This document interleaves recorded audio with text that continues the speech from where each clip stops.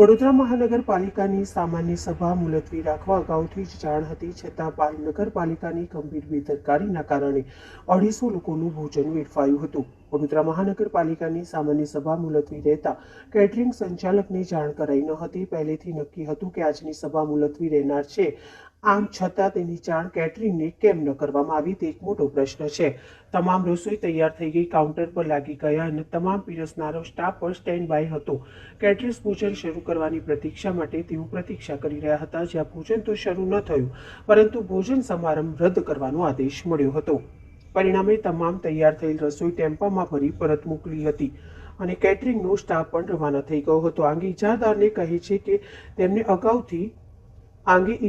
કહે છે કે તેમને અગાઉથી જાણ ન હતી। હવે આ તૈયાર રસોઈ ડોનેટ કરવામાં આવશે। એક તરફ તૈયાર થયેલી રસોઈ પરત જઈ રહી હતી તો બીજી તરફ મહિલા કાઉન્સિલરોના ટોળા ભોજનને લઈને અસમંજસની સ્થિતિમાં જોવા મળ્યા હતા। મેયર પિંકીબેન સોનીને રસોઈ બગાડ અંગે પૂછતા તેઓએ કહ્યું કે કેટરિંગ રદ કર્યું તેની તેમને જાણ જ નથી। ઉલ્લેખનીય છે કે રસોઈ તૈયાર થઈ ગયા બાદ અચાનક સમારંભ રદ થતા 250 થી 300 લોકોનું ભોજન વેડફાયું હતું। સાંભળો, અત્યારે 300 લોકોનું ભોજન પરત ગયું છે। હું પૂછી જોઉં, હજી નથી, માહિતી જ નથી। અમારી સામે પરત ગયું છે। કોન્ટ્રાક્ટર કહે છે કે ભાઈ અમને છેલ્લી ઘડીએ કહેવામાં આવ્યું, અમારી બધી રસોઈ તૈયાર થઈ ગઈ હતી। શું કહેશો? 300 લોકોનું ભોજન અત્યારે તૈયાર ભોજન પરત ગયું છે। તપાસ કરાવી રહ્યું છું, પછી માહિતી કારણ કે આ પ્રજાના પૈસે આ વેડફાટ થયો છે।